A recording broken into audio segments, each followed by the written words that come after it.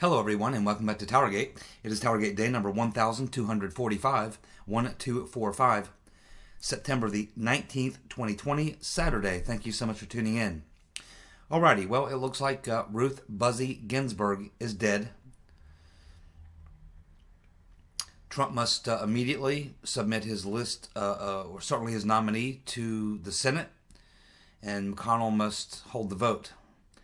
And I think the votes will be there. I think it'll be close. Pence may even have to break the tiebreaker. You never know what's going to happen with people like Murkowski and Susan Collins and, of course, Mitwitt. You cannot allow the election to be decided with a possible 4-4 decision. And I don't trust Roberts as far as I can throw him. So we absolutely must get a good conservative justice on the Supreme Court. Get him confirmed before the election. This election is going to go into the courts. Cannot have a possibility of a 4-4 tie. And we don't know. Well, we do know. Justice Roberts, cannot count on him. This could go very badly. So yes, Trump needs to submit his nominee. McConnell needs to hold the vote, and there'll be a hell of a lot of pressure on certain Republican senators, and their feet will certainly be held to the fire. So I certainly hope that happens. I think Trump knows that, and I think the people around him know that, and I think McConnell knows that. Now, let's talk about some Spygate news. So, more is coming out about the response from the DOJ to the FISA court, asking for guidance on various things and permissions of certain things. We know that the FISA court agreed all 6 of the requests and did make some recommendations. We're now learning that one of the things that something I've been talking about the past couple of weeks, that Durham is certainly going to be looking at, and I had assumed that he already had been looking at it. I didn't know he needed certain authority, but I assume at this point, from what we're hearing here, he does. And now he's been given that authority, is to review the information, data, whatever you want to call it, that was collected on Carter Page. And that's critical. Again, I can't believe that this is just now happening. Because if it's an important part of Spygate, because the argument that they've made up until now is, well, Carter Page had already left the Trump administration by the time that the first FISA warrant was taken out, which of course we all know is BS, because when you get the Title I FISA, it allows you to go back. They can go back, so it doesn't matter what Carter Page's status was at that time that they got the FISA, because they can go back. So, and it's also critical to know, if you're looking to find out if the investigation was legit or if it was some kind of a witch hunt or an illegal investigation, certainly looking at the Carter Page information that they collected would tell you a lot. It would tell you who the real target was. And I'm pretty damn sure the real target wasn't Carter Page. And it would reveal probably a lot of other things too. Because remember the two hop rule. So I think that's pretty interesting. Again, I'm a little surprised that that's permission is just not being granted or even requested. Figured that would have happened a long time ago. But it does give you some indication where the investigation with Durham is going. Also, we're learning that something else that they want to have access to is more information that will help them understand what information and who was being targeted in these 702 queries. So obviously this is something, and I think it's John Bash that would be probably working on that. We know about the private contractors accessing the 702 query database. And so now they want to know who were the people who were being targeted on these queries, of which were thousands. And certainly Durham already knows who the contractors were. I mean, the 99-page FISA court document from Judge Collier, it's the names are blacked out for us, but Durham obviously has seen the the unredacted version of that, so he knows who the contractors are. Now what he wants to know is who were they querying, who were they searching on. So things are getting very, very deep into this investigation. In a lot of ways, I think that's good. Because Durham would not continue with this pretty large budget now and group of people. He's now got a total of, I think there's a total of 6 U.S. attorneys now involved. A lot of people involved now in the Durham investigation. Been going on now for 19 months. It's a pretty politically charged, I guess you'd say, investigation. I think that if, in fact, by now, Durham would know whether or not there's any need to proceed further. And he's looking for crimes. Durham is not looking to just put together a book report. He's pursuing criminal charges. I find it hard to believe that he would continue on from this point if he wasn't seriously pursuing criminal charges. At some point, he would have figured out, I think, probably long ago, he would have figured out that there's just nothing there, or there's no crimes there, or that he can't make a case that he believes will survive an appeal, and he would have probably shut it down. Barr would have even said the same. Yeah. So I have to assume that at this point, if this investigation continues to go on past the election, and it appears it is going to, they're still digging for more information. They're still making these requests, having this, asking for these permissions from the FISA court and everything. So I think that would tell me that Durham is deep into this investigation and obviously believes that there were crimes committed, and he is going to pursue it. So again, I don't think we'd continue any further if he didn't think that there were crimes that he could charge and successfully prosecute. So I think it's probably good news. The bad news is it's going to continue on after the election. So, I mean, you can look at it either way. I mean, however you want to look at it. So let's talk about now something that's probably was to be expected, but it's tells us a lot, and that is that we've, of course, learned yesterday that the usual suspects, Jerry Nadler, the Penguin, along with the bug-eyed fool Adam Schiff, along with a few other Democrats who signed on, have sent an emergency letter to Inspector General Huckleberry Horowitz asking for an emergency investigation into Barr, Durham, and their investigation. They are requesting an investigation of Barr and Durham and their investigation to see if this investigation is politically motivated. Well, this tells us two things right off the bat. Number one, the Democrats are terrified about what Barr and Durham are about to release. It doesn't look like that they're going to be at the end of the investigation, and I don't know if there'll be any more indictments. There very well could be. But Barr has certainly indicated that there will be some sort of an interim report or some sort of report that will explain what happened in 2016, which is what everybody knows, is that the Obama administration, FBI, DOJ, you name it, State Department, were all involved, along with foreign governments, private contractors and others. The Democratic Party, the Right Reverend Clinton, were all involved in an effort to use the power of government to target their political rival in an election, and then again after the election to continue targeting him after he was sworn into office. It's going to look very, very bad for the demo commies, and they know it. So The first thing about this letter that of course we learn is that the Democrats have a great deal of fear of what Barr and Durham are going to say in this interim report that we believe, and they obviously believe, is going to be released.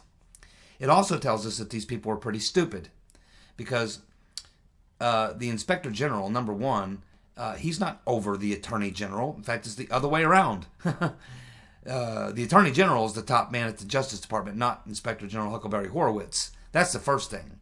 The second thing is that there is no law or hard and fast rule that the Department of Justice cannot prosecute people or put out a report or anything else around an election day.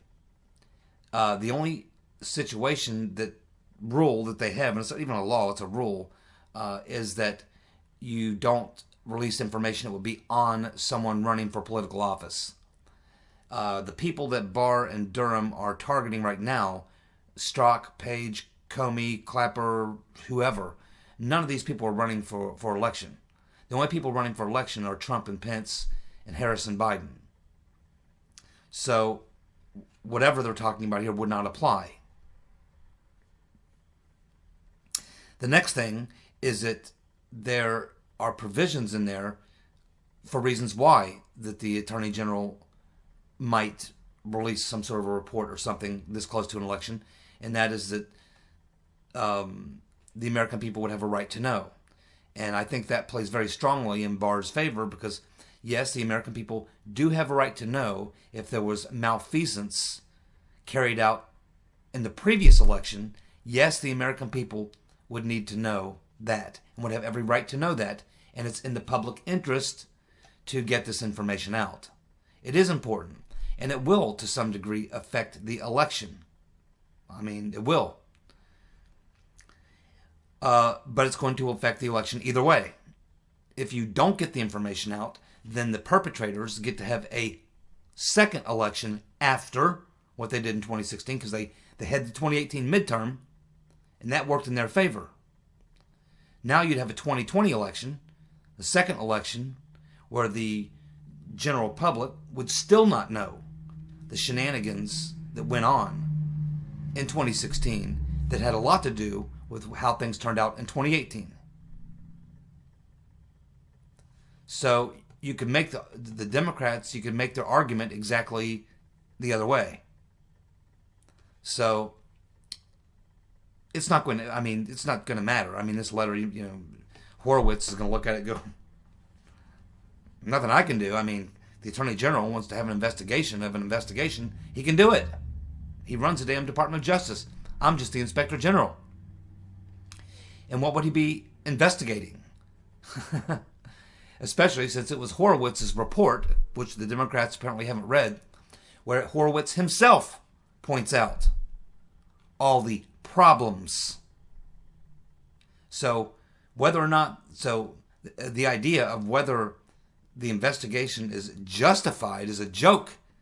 Horowitz himself will read this letter and go, well, of course the investigation is justified. I'm the one who did the first investigation at the Department of Justice and pointed out all the things that happened that absolutely require an investigation. So they're sending this letter to the wrong guy. Horowitz is the guy that put out the report that proved that you need a serious criminal investigation. He himself, Horowitz, made criminal referrals from his report. What's he going to make criminal referrals to the Department of Justice and then criticize an investigation of these individuals that he did a criminal, request for? The Democrats are nuts. I swear, I bet you most of them never read the Horowitz report. I bet most of them didn't watch the hearings. You got to keep this in mind. A lot of the Democrats have got so much tunnel vision, are so blinded that they probably really do not know about a lot of the evidence that we all know about. Many of the Democrats probably don't know a lot of this stuff. They don't sit around and watch, TowerGate videos. They don't sit around and watch, YouTubers or read reports or read books by, Bongino or Lee Smith or any of these people. They don't read John Solomon's reports. They don't, watch Sarah Carter. I mean, they put a complete wall between themselves and the Spygate story. They're not interested in hearing about what happened. They're not interested in hearing about any of that. They have no interest. So therefore, they really probably don't know. They probably don't know very much about how Michael Flynn was set up. They probably don't know very much about how Papadopoulos was set up. They probably don't know very much about people like Mifsud, Halper, and Downer. They probably didn't read the most recent letter that we've been talking about, which the FISA court now admits that all 4 of the Carter Page spy warrants were illegal. So Schiff and the Penguin are questioning whether or not the investigation is legitimate, despite the fact that just days ago, the FISA court itself said, yeah, all 4 of the Carter Page FISA warrants were Carter Page FISAs were illegal. Man, oh man. So they're desperate and they're stupid. And they're pretty unhinged. And I'll tell you what, as soon as Trump sends up his nominee for Supreme Court and McConnell holds the vote, watch how crazy they get then. Let them riot. Go ahead and let them riot. I mean, if they riot in red states or red cities, they'll get arrested and be charged. And if they riot in blue cities, it'll just help Republicans even more running against Democrats in these local races. I mean, it's almost as crazy as what I heard Nancy Pelosi said to Kevin, what's his name, the Republican leader, the Republican leader in the House, Kevin, what's his name? Pelosi apparently told him something about, if you don't vote on something I want you to vote on, I forget what it was, but I think it was this relief package where she wants like $3 trillion to bail out blue cities and blue states. And she said, well, if you don't go along with this and sign on to this, then I'm going to keep all my members here. And so, like, Kevin McCarthy, that's who it is. And Kevin McCarthy's like, wait a minute, what did she just say? Did she just say that if we don't sign on to her $3 trillion bailout of blue states, that she is going to hold the Democrats in Congress throughout the election? In other words, keeping them from being able to go back home and campaign? She's going to force her Democratic members to stay in Congress, keep them from being able to go back and campaign, unless the Republicans agree to vote for her $3 trillion bailout of blue states. It's kind of like a robber coming up to you and pointing a gun at himself and saying, okay, give me all your money or I'm going to shoot myself. Yeah. Okay. No, I'm not going to give you all my money. Go ahead and shoot yourself. These people are stupid. And they're evil. And they do have a lot to fear. And, they're talking about this October surprise. I don't think that Barr is going to drop an October surprise on them. I think it's going to be a September surprise. I don't think he's going to do it in October. I don't. I think he's going to do whatever he's going to do in September. Now, Durham may drop an indictment or two in October. But I think as far as Barr putting out some kind of a interim report, I think if he's going to do that, I think he will do that before the end of the month, September. In fact, I'd pretty much be willing to almost bet money that here we are on the 19th. So we have about a little less than 2 weeks before the end of the month. I think that by the end of September, whatever Barr is going to do with this interim report, if he's going to do some sort of a report, interim report, whatever, I think he will do it by the end of September. I don't think he'll go into October. Now, as far as Durham following up with some indictments or more charges, he could do that in October. But I think that the report itself will come out earlier than that, because there needs to be some time for people to digest it, and understand it, and that type of thing. So, and I think Barr probably wants to avoid the month of October for doing very, very much, quite honestly. So that's my prediction right there.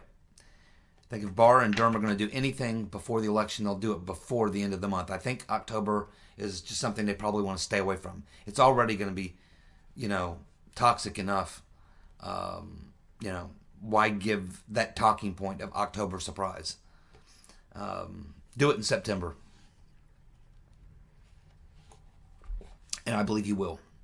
And if you look at the things that Barr basically took Mueller and Wiseman to task in that speech at Hillsdale College.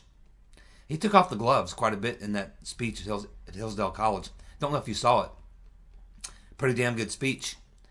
And again, you can see that Barr is now, he's done a pretty good job for a very long time of staying kind of low key and, keeping his powder dry. But these last couple of weeks, you can tell you can really see now he is very agitated.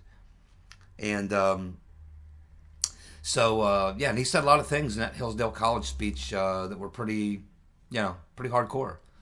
So he definitely understands what the situation is, and the last 3 weeks he's definitely he's on fire. So I just feel like he's setting us up for something, getting us ready for something, and I think it'll happen before October. We'll find out. Now, the last thing I want to talk about here is this kind of very strange story that popped up on Gateway Pundit yesterday. I don't know how well sourced it is or why there wasn't any follow-up with Dana Rohrabacher. But, so the story is in Gateway Pundit. Some of you probably have seen it, some may have not. Where they say that President Trump, now this is from a lawsuit. Of course, this is the legal case or the criminal case, whatever. The Julian Assange case. And apparently it came out in the legal proceedings by one of the attorneys that President Trump had made an offer to Julian Assange that if he would give up the name of the person who gave him the DNC or Podesta emails, that Trump would give him some sort of a pardon or commutation or whatever, would not have him extradited and brought here and tried for crimes or whatever. In other words, Trump trading Assange's freedom for his giving up the name of the person who actually gave WikiLeaks the DNC Podesta emails. And that apparently this deal was coming directly from Trump. And that Dana Rohrabacher was the intermediary. Now, of course, we all remember back then what happened. Rohrabacher does go over to meet with Julian Assange, talks to Julian Assange, comes back, and he was supposed to give Trump a briefing. But as far as we know, that briefing never happened. Now, what we did not know at that time, if this information is coming out in the British court case is true, is that Trump was, working with Rohrabacher.